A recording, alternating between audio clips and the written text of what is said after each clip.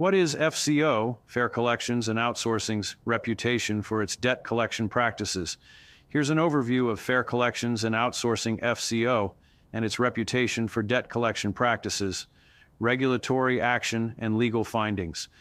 In September 2019, the CFPB filed a federal lawsuit against FCO and its owner alleging violations of the Fair Credit Reporting Act, FCRA, and FDCPA.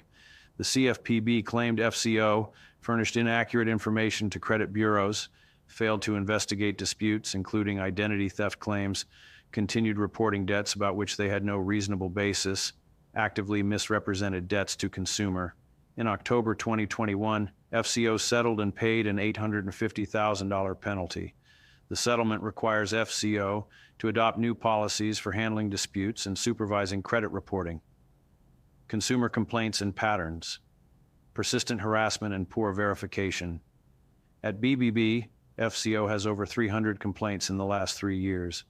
Issues include reporting debts consumers say they don't owe, ignoring dispute requests, failing to provide validation, and refusing settlement adjustments. Aggressive and rude conduct. Reddit users report being screamed at and unable to obtain details. The collector could not give me any details, just that I need to pay immediately. Violently rude, screaming at me when I asked for more information. Refusal of pay for delete. Users consistently fail to obtain deletion of negative items even after settling debts. FCO often refuses pay for delete arrangements. Account errors and misreporting complaints describe FCO placing credit hits for accounts never owed, refusing to provide documentation, and reporting fee or balance inaccuracies. If FCO contacts you, 1. Immediately request debt validation in writing under the FDCPA. 2. Document every interaction, call times, numbers, content, and demeanor. 3. Send a formal cease and desist if calls continue after your written request. 4.